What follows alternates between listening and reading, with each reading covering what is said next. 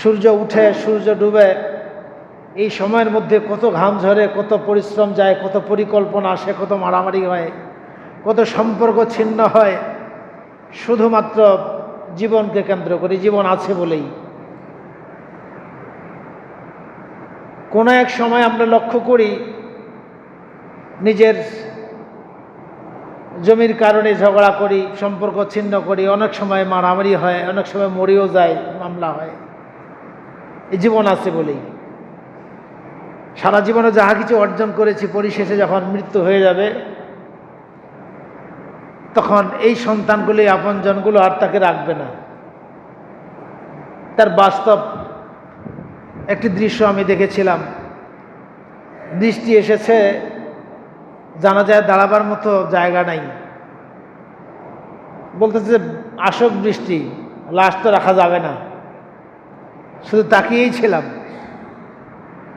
সন্তানগুলোই আগে লাশ নিয়ে দাদার কাতারে ভিজা অবস্থায় দাঁড়ানোর সিদ্ধান্ত নিল, এরপর নিয়ে চলে গেল।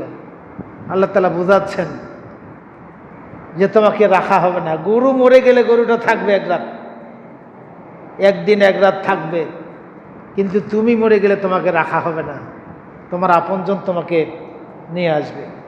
জীবন যখন যেতেই হয়, এই জীবনটা কার জন্য যাবে? আল্লাহর জন্য। এই জন্য হাদিসের মধ্যে কোনো বান্দার, কোনো ইমানদার যেন তার নির্দিষ্ট পন্থা ছাড়া জীবনটা না যায়। এই জীবনটা কি? এটা আল্লাহর। আজকে যেমন একজন ব্যক্তি মারা গেছে, আজকে ফজরের সময় উঠেছে, নিয়মিত হাজত ছেড়েছে, উজু করেছে, জামাটা নিয়েছে, পরবে, মসজিদে যাবে। এমন সময় তার বুকে পেন শুরু হয়েছে, কিছুক্ষণের মধ্যে মারা গেছে, নামাজ পড়তে পারে নাই, কিন্তু সে উজু করেছে। তার রাস্তাটা কার পথে? আল্লাহর পথে। এটাই হলো ফিসাবিলিল্লাহ। ঠিক এমনি করে আপনার মনের অবস্থা কি? আল্লাহ রাসূল বলেছেন, তোমার বাড়িতে কেউ চুরি করতে এসেছে, তোমার বাড়ির পরিবারের কোনো সদস্যকে ছিনতাই করতে এসেছে, তুমি কি পালিয়ে যাবা? এটা তোমার অধিকার। এই অধিকার রক্ষার জন্য তুমি যদি তার সঙ্গে দ্বন্দ্বে লিপ্ত হয়, তুমি যদি মারা যাও, তোমাকে আল্লাহ শাহাদাতের মর্যাদা দান করবেন। ঠিক এইরকমভাবে অধিকার আদায়ের জন্য আপনার ন্যায়ের পথে আপনি যখন জীবন উৎসর্গ করবেন, আপনাকে আল্লাহ শাহাদাতের মর্যাদা দান করবেন। এই জন্য শাহাদাতের অবস্থা হলো 46 প্রকার। কেউ পানিতে মারা গেলে, আগুনে পড়ে মারা গেলে, প্লেগ রোগে মারা গেলে, পেটের ব্যথায় মারা গেলে, মা বোনেরা প্রসব অবস্থা মারা গেলে, অর্থাৎ এই মরণগুলো কষ্টকর মরণ। শুক্রবারে কেউ যদি মারা যায়, একে আল্লাহ শাহাদাতের মর্যাদা দান করবেন যদি সে ইমানদার হয়।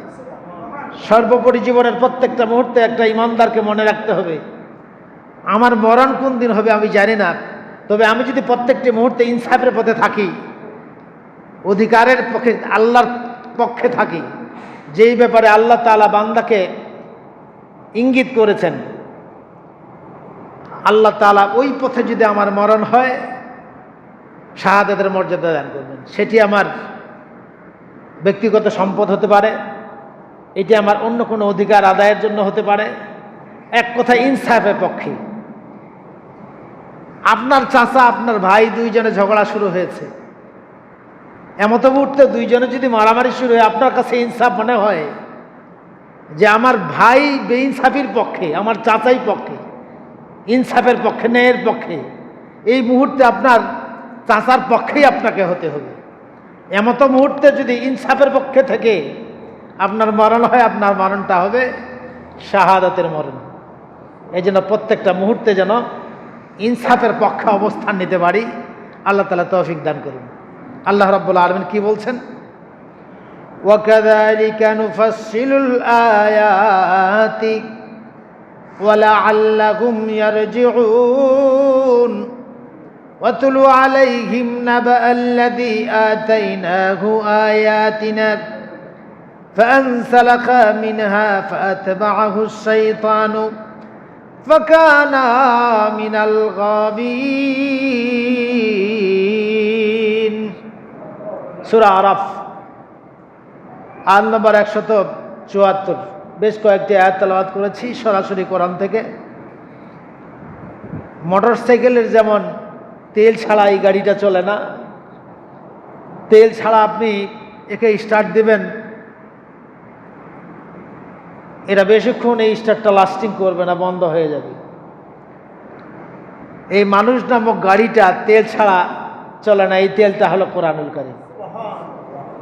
আপনি যতই স্পিড ওঠান না কেন, যতই হুঙ্কার ছাড়েন না কেন, এই কোরআনের জ্ঞান আপনার ভিতরে না থাকলে এই হুঙ্কার বেশিক্ষণ থাকবে না, সত্যের পক্ষে আপনি বেশিক্ষণ টিকতে পারবেন না। আল্লাহ তাআলা সরাসরি এই কথাগুলোই বলছেন। আল্লাহ তাআলা বলছেন ওয়াকাযালিকা নুফাসসিলুল আয়াতি ওয়ালাআল্লাহুম ইয়ারজিউন, এভাবেই আমি অতীতের দৃষ্টান্তসমূহ খোলাখুলি বর্ণনা করি, বিশ্লেষণ করে থাকি অতীতের ইতিহাস।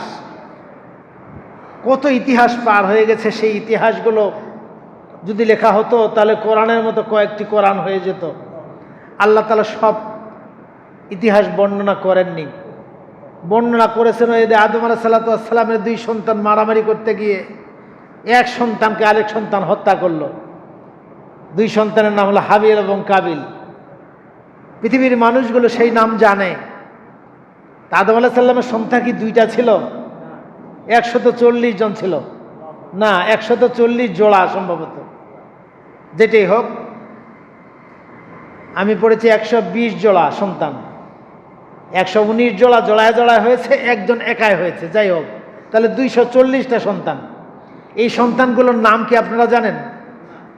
হাবিল আর কাবিলের নাম জানেন? আর ওই তাফসীরের মধ্যে আকলি নামক একজন মেয়ে, যে মেয়েটি অনেক সুন্দরী ছিল, এই নামগুলো এসেছে। তাহলে ওই নামগুলো আল্লাহ দেননি, তারা কি আদম আলাইহিস সালামের সন্তান ছিল না? আল্লাহ তাআলা ঘটনাকে কেন্দ্র করে যার নাম বর্ণনা করা দরকার তার নাম বর্ণনা করেছেন। যুগে যুগে নবী রাসূলদের ঘটনা বর্ণনা করেছেন। মুসা আলাইহিস সালামের ঘটনা একাধিকবার বর্ণনা করা হয়েছে। ইব্রাহিম আলাইহিস সালামের ঘটনা বর্ণনা করা হয়েছে। ইব্রাহিম আলাইহিস সালামের ঘটনা বর্ণনা করা হয়েছে, তার জাতির মানুষেরা তাকে অগ্নিকুণ্ডে নিক্ষেপ করেছিল। তার কারণ হলো ইব্রাহিম আলাইহিস সালাম এক আল্লাহর একত্ববাদের ঘোষণা দিয়েছিলেন। তিনি আর আল্লাহর কাছ থেকে ছাড়া আর কারো কাছে মাথা নত না করার ঘোষণা দিয়েছেন। তিনি মূর্তি পূজার বিপক্ষে ছিলেন। আল্লাহ তাআলা জানেন যে এই ঘটনা বর্ণনা করা দরকার। কিয়ামত পর্যন্ত অসংখ্য নমরুদ আসবে, অসংখ্য আজর আসবে, অসংখ্য মূর্তি পূজা আসবে। মূর্তির নামে আরো কোনো নাম দিয়ে তারা এই মূর্তিকে জায়েজ করবার চেষ্টা করবে। এই মুহূর্তে ইব্রাহিমের বংশধর যারা থাকবে, ওই অগ্নিকুণ্ডের পরিচয় তাদের জানা থাকা দরকার। যার কারণে এই ঘটনা আমি কোরআনে বিব্রত করেছি।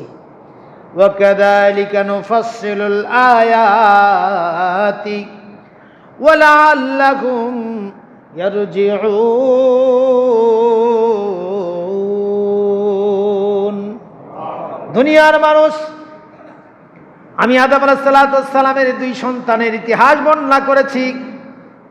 তারা নারীকে কেন্দ্র করে দ্বন্দ্বে লিপ্ত হয়েছিল, হত্যার মূল কারণ ছিল নারী। এই ঘটনা বর্ণনা করে তোমাদের জানিয়ে দিলাম, কিয়ামত পর্যন্ত যত মানুষ আসবে, নারীদেরকে কেন্দ্র করে পৃথিবীতে হত্যাকাণ্ড সংঘটিত হবে। মনে রেখো, এই ইতিহাস তোমাদের মনের পাতায় তোমরা লিখে রাখবে। ইব্রাহিম আলাইহিস সালামের ঘটনা আমি বর্ণনা করেছি।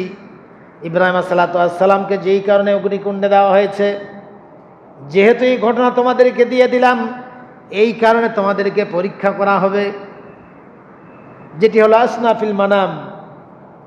তোমরা অসংখ্য মূর্তি পূজার কাছে মাথা নত করেছ। এই ব্যাপারে আল্লাহ তাআলা, আল্লাহর কাছে ছাড়া আর কারো কাছে মাথা নত করা যাবে না, এটা আল্লাহ তাআলাই আমাকে নির্দেশ করেছেন। কি করলো? তাকে অগ্নিকুণ্ডে নিক্ষেপ করলো। কিয়ামত পর্যন্ত ইব্রাহিম সাল্লামের যারা বংশধর, তাদেরকে এমন পরীক্ষা হয়তো আল্লাহ তাআলা করবেন, এই বিষয়টা যেন তাদের মাথায় থাকে। ইব্রাহিম সাল্লামকে আগুনে ফেলে দেওয়া হলো। আগুন কি তাকে পোড়াইছিল?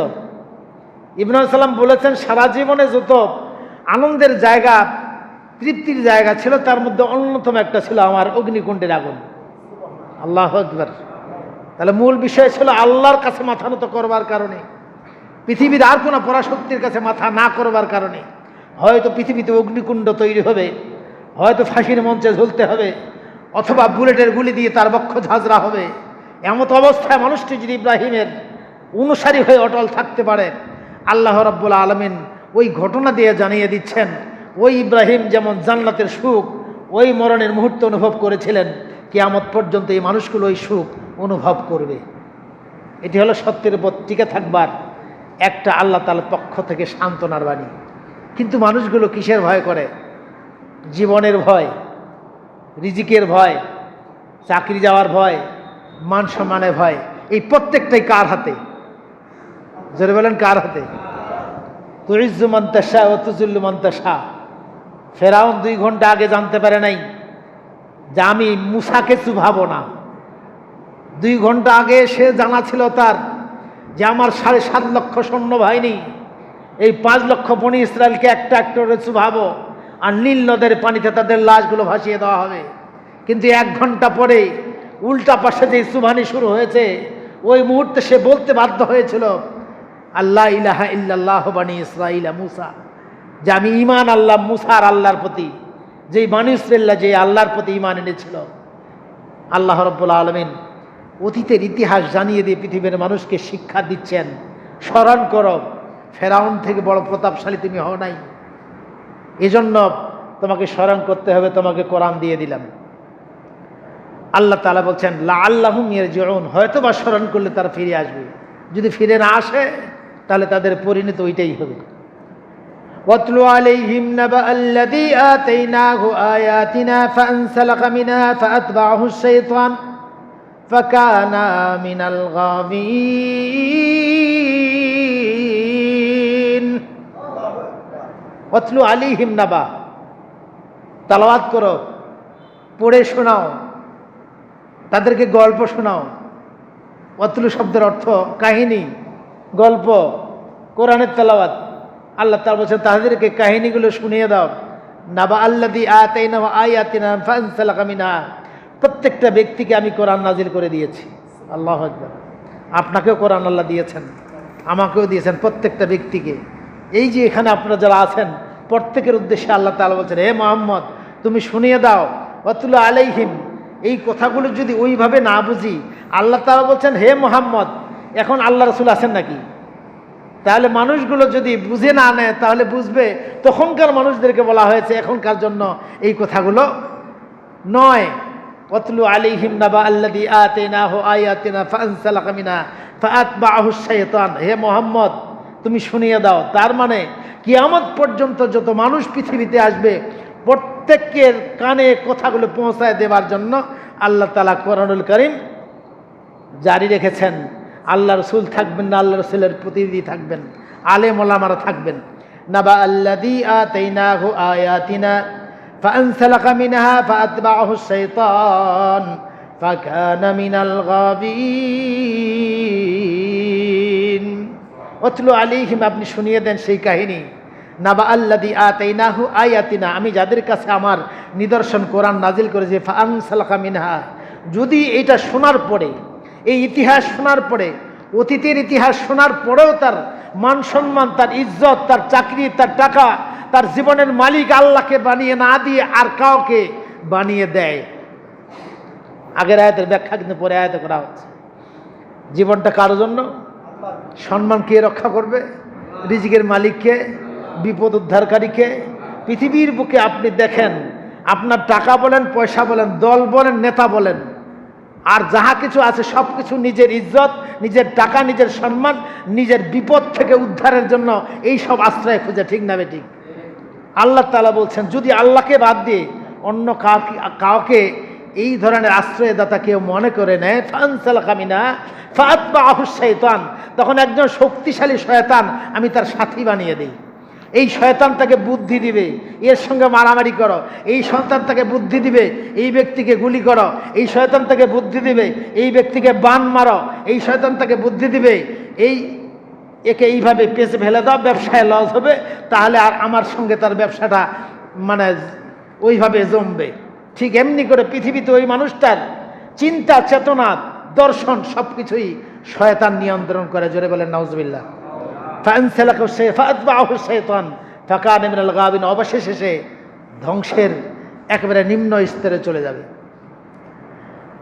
ওয়ালাউ শি'না লারাফা'নাহু বিহা ওয়ালাকিন্নাহু আখলাদা ইলাল আরদি ওয়াত্তাবা'a হাওয়াহু ফামাসালুহু কামাসালিল কালবি ইন তাহমিল আলাইহি ইয়ালহাস আও তাতরুকুহু ইয়ালহাস যালিকা মাসালুল কওমিল্লাযীনা কাযযাবু বিআয়াতিনা ফাকসুসিল কাসাসা লাআল্লাহুম ইয়াতাফাক্কারুন।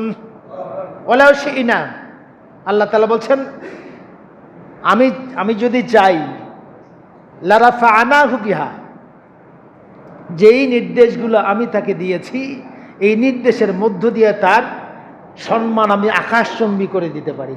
সুবহানাল্লাহ। কেউ যদি আল্লাহর নির্দেশগুলো মেনে নেওয়ার সিদ্ধান্ত গ্রহণ করে, কষ্ট হবে। আপনি হালালভাবে ব্যবসা করবেন, হালালভাবে জমি চাষ করবেন, হালালভাবে আইল পাড়বেন, হালালভাবে রাস্তায় চলে চোখকে নিয়ন্ত্রণ করবেন, পকেটে আপনার 20,000 টাকার অ্যান্ড্রয়েড সেট আছে, আপনার এমবি কিনা আছে, এইটাকে আপনি 24 ঘন্টা হালালভাবে ব্যবহার করবেন। এটা সহজ মনে করিয়েন না, এটা অনেক শক্তির প্রয়োজন আছে। এজন্য আল্লাহ তাআলা সর্বশেষে এই শক্তিটা কোথার থেকে আসবে আল্লাহ তাআলা বলছেন, সেই দিকে একটু পরে সুযোগ হলে যাবো ইনশাআল্লাহ। আল্লাহ রাব্বুল আলামিন বলছেন, ওয়ালাউ শি'না লারাফা'নাহু বিহা ওয়ালাকিন্নাহু আখলাদা ইলাল আরদি ওয়াত্তাবা'a হাওয়া। আমি চাইলে তাকে এই আয়াতসমূহ দ্বারা উচ্চ মর্যাদা দান করতে পারতাম, কিন্তু সে ঊর্ধ্বমুখী আসমানের বদলে নিম্নমুখী জমিনের প্রতি আসক্ত হয়ে পড়ল। বাংলা কথা বুঝতে পেরেছেন? আল্লাহ তাআলা দুইটা কথা বলছেন। আমি চাইলে আমি তাকে ঊর্ধ্বমুখী আকাশের দিকে নিয়ে যেতাম, তার মানে সম্মানের দিকে। কোরআন আসছে কোত্থেকে? নিচ থেকে না উপর থেকে? উপর থেকে। এই উপরের নির্দেশগুলো মানে যদি উপরের মালিকের কাছে সে আশ্রয় চাইতো, হেদায়েতের পথে অটল থাকতো, আমি তার সম্মান আকাশচুম্বী করে দিতাম। আর সে সম্মান রক্ষার জন্য যদি সে নিজের কৌশল, নিজের মত, নিজের চিন্তা ভাবনা, নিজের পরিকল্পনা বাস্তবায়ন করে যে এইটা করলে বোধহয় আমি বাঁচবো, এইটা করলে বোধহয় আমার শত্রু শেষ করতে পারবো, এইটা করলে বোধহয় আমার সম্মানটা টিকে থাকবে, আল্লাহ বলছে সে অধম নিচের দিকে তাকিয়ে সে সিদ্ধান্ত নিল। অর্থাৎ নিচের দিকে তাকালে একটা মানুষের লোভ সৃষ্টি হয়।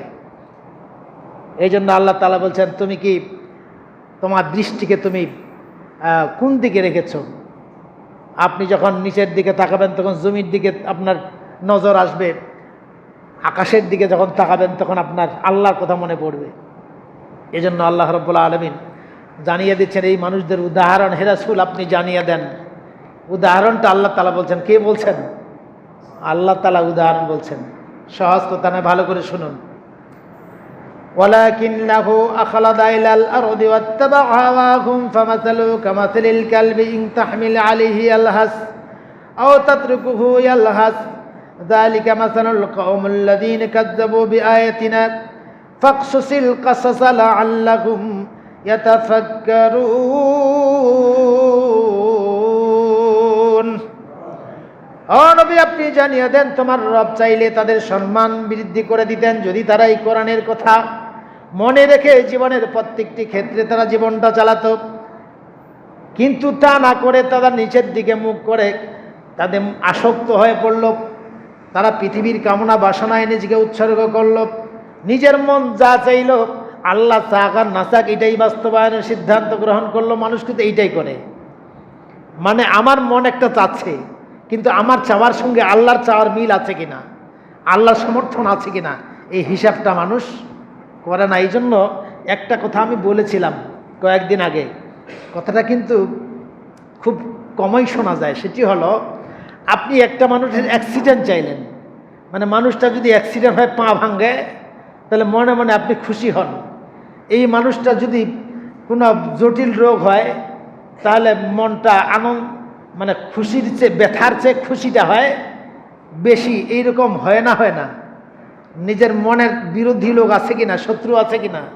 এই মানুষটা যদি অ্যাক্সিডেন্ট হয়, এই মানুষটার প্যারালাইজড হয়, এই মানুষটা পড়ে গিয়ে হাতটা ভাঙে যায়, এর প্রতিদ্বন্দ্বীর মনটা কি আনন্দিত হয় না বেজার হয়? আনন্দিত হয়, যাক আমার সঙ্গে লাগছ। কথাটা এই কারণে বললাম, যদি আপনি কামনা করে থাকেন যে মানুষটার পা ভাঙলে, মানুষটার মাথা ফাটলে, মানুষটা অ্যাক্সিডেন্ট হলে ভালোই হয়, বা আপনি খুশি হয়েন, তাহলে মনে রাখবেন সে যদি আপনার চাওয়ার কারণে নয়, এমনি যদি অ্যাক্সিডেন্ট হয়, অ্যাক্সিডেন্ট আপনি নিজে তার রক্ত ঝরালে যেই পাপ, এই পাপটা আপনার আমল নামায় দিয়ে দেওয়া হবে। আপনি কিন্তু মাথা ফাটাননি, আপনি কিন্তু হাত ভেঙে দেন নাই, কিন্তু হাত ভাঙার অপরাধটা আপনার হবে, কারণ আপনি চেয়েছিলেন কেন। সুতরাং আপনি চাইলেও যা হবে, না চাইলেও তা হবে। আপনি দোয়াটাই করেন, কেন আপনি অযথা আরেকজনের অমঙ্গল কামনা করে পাপের বোঝাটা বাড়াবো কেন? যার জন্য আমি ক্ষতি কামনা করছি, এই মানুষটা কার বান্দা? জোরে বলেন কার? এইটাই মনে রাখতে হবে। আল্লাহর বান্দাকে আল্লাহ শাস্তি দিবেন কি ক্ষমা করবেন, এটা সেদিন দেখা যাবে। তবে আপনার যে সে ক্ষতি করেছে, আপনাকে ডেকে নিয়ে আল্লাহ তাআলা এমনি তাকে ছাড় দিবেন না। আপনার প্রয়োজনটা পূরণ করার পর যাহা পাইলে আপনি খুশি হন, সেটাই আপনাকে দেওয়া হবে। সেদিকের আলোচনা নয়। আল্লাহ তাআলা বলছেন, যেই মানুষগুলো উপরের নির্দেশকে গ্রহণ না করে, উপর দিকে না তাকিয়ে, যারা জমিনের দিকে তাকিয়ে নিজের কামনা বাসনা চরিতার্থের জন্য পাগল হয়ে যাই মন চায় তাই করলো। পৃথিবীতে আজকে এইটাই চলতেছে, যাহা মন চায় তাহাই চলছে। যুবক, তার ক্ষমতা বেশি দূর নাই, মোবাইল ফোন নিজের আয়ত্ত রয়েছে, যেভাবে ইচ্ছা সেভাবে চালায়। একজন পরিবারের পরিচালক যেভাবে ইচ্ছা সেভাবে ব্যবসা করে। একজন সমাজের নেতা যেভাবে মন চায় সেভাবে বিচার করে। এমন প্রশাসনের ব্যক্তি, সে তার প্রশাসনের চাকরিটা যেটাকে সে ইচ্ছা করলে আল্লাহ সন্তুষ্টির কাজে ব্যয় করতে পারে। কিন্তু এমনও শোনা যায়, সুন্দর করে একজন মানুষকে গ্রেপ্তার করে আনে, টাকার অফার দেয়, এত টাকা দিলে এই মামলা, এত টাকা না দিলে ওই মামলা। এইরকম যদি হয়, নিজের ক্ষমতাকে নিজের আয়ের উৎসকেও বানায়। আল্লাহ তাআলা বলছেন, এই ব্যক্তিটার উদাহরণ হলো কামাসালিল কালবে, কুকুরের মতো উদাহরণ। নাউজুবিল্লাহ বলেন। সে যেন একটা কুকুর, কামাসালিল কালবে ইন তাহমিল আলাইহি আলহাস আও তাতরুকুহু ইয়ালহাস। যখন তার কাজে তাকে ছেড়ে দেওয়া হয় তখনও সে হাঁপায়, আর যখন সে নীরব থাকে তখনও সে হাঁপায়। তার মানে সে চিন্তামুক্ত, টেনশন মুক্ত কোনো সময় থাকে না। সে যখন বাইরে থাকে তখন একটা পেরেশানিতে থাকে, যখন বাসায় আসে তখন বউর সঙ্গেও ঝগড়াতে ব্যস্ত থাকে। তাকে টেনশন মুক্ত রাখা হয় না। ইন তাহমিল আলাইহি ইয়ালহাস আও তাতরুকুহু ইয়ালহাস। তাকে যদি ছেড়ে দাও সেও হাঁপায়, যদি সে নীরব থাকে তখনও হাঁপায়। কালবুন শব্দের অর্থ হলো কুকুর। কত বড় নিকৃষ্ট উদাহরণ মানুষকে দেওয়া হয়েছে, ভালো করে খেয়াল রাখবেন। মাসারুল কওমিল্লাযীনা কাযযাবু বিআয়াতিনা, ও নবী আপনি জানিয়ে দেন ওই সম্প্রদায়ের মানুষদেরকে এই উদাহরণটা দেওয়া হচ্ছে কুকুরের মতো, যারা আল্লাহর নির্দেশকে না মানে নিজের মনকে সন্তুষ্ট করবার জন্য যেই পন্থা অবলম্বন করেছে, তাকে দিনের বেলা আমি স্বস্তি দেব না, রাতে ঘুমানোর সময় তারা স্বস্তিভাবে ঘুমাইতে পারবে না, মানে তাদের ঘুম হবে না। আল্লাহ বলছেন এদের উদাহরণ হলো কুকুরের মতো। বিয়াতের ফাকসুসিল কাসাস আলা আল্লাহুম ইয়াতাফাক্কারুন। এত সব ইতিহাস শোনার পরেও এরা যদি ফিরে না আসে, হে রাসূল দেখা হবে ওদের সঙ্গে, ওদেরকে ছেড়ে দাও। সুতরাং আসুন, জীবন চলার পথে কোনটা আল্লাহর রাস্তা, কোনটা মনের রাস্তা, কোনটা মনের খায়েশাত, এটা আমরা বুঝি। এজন্য জীবনের প্রত্যেকটা মুহূর্তে আল্লাহর নির্দেশকে বাস্তবায়ন করবার জন্য যতটুকু শক্তি, যতটুকু মানসিকতা আছে, এইটুকু যেন লালন করে মনে রাখবেন। চোখের সামনে অসংখ্য মানুষ চলে গিয়ে প্রমাণ করলো আসল জবাবদিহিতা হলো আল্লাহর কাছে। পৃথিবীতে জবাবদিহিতা, এটা পৃথিবীর শাস্তি নয়, পৃথিবীর কষ্ট নয়, আসল হলো আল্লাহর সামনে দাঁড়াতে হবে। এজন্য আসুন জীবনের হিসাবটা শুরু করে নেই, কারণ এই জীবন কেন্দ্রিক দুনিয়া। এই মুহূর্তে চলে গেলে আমার লাশ 24 ঘন্টা রাখা হবে না, নিয়ে যাওয়া হবে। আসুন আল্লাহ রাব্বুল আলামিন যেন প্রত্যেকটি মুহূর্তে তার কোরআন পড়ে এই জীবনকে চলবার জন্য যেইটুকু পেট্রোল দরকার এইটুকু যেন অর্জন করি, না কোন সময়ে এই ইমানের গাড়ি থেমে একেবারে নিশ্চল হয়ে যাবে, অকেজ হয়ে যাবে। এজন্য আল্লাহ রাব্বুল আলামিন যেই যোগ্যতা, যেই গুণ, যেই ইমান থাকলে ইমানকে টিকে রাখবার মতো আমাদের শক্তি থাকে, আল্লাহ তাআলা সেই যোগ্যতা, সেই গুণ, সেই ইলম দান করুন। সবাই বলেন আমিন। সুবহানাকাল্লাহুম্মা বিহামদিকা আশহাদু আল্লা ইলাহা ইল্লা আনতা আস্তাগফিরুকা ওয়া আতুবু ইলাইক। আসসালামু আলাইকুম ওয়া রাহমাতুল্লাহি ওয়া বারাকাতুহু।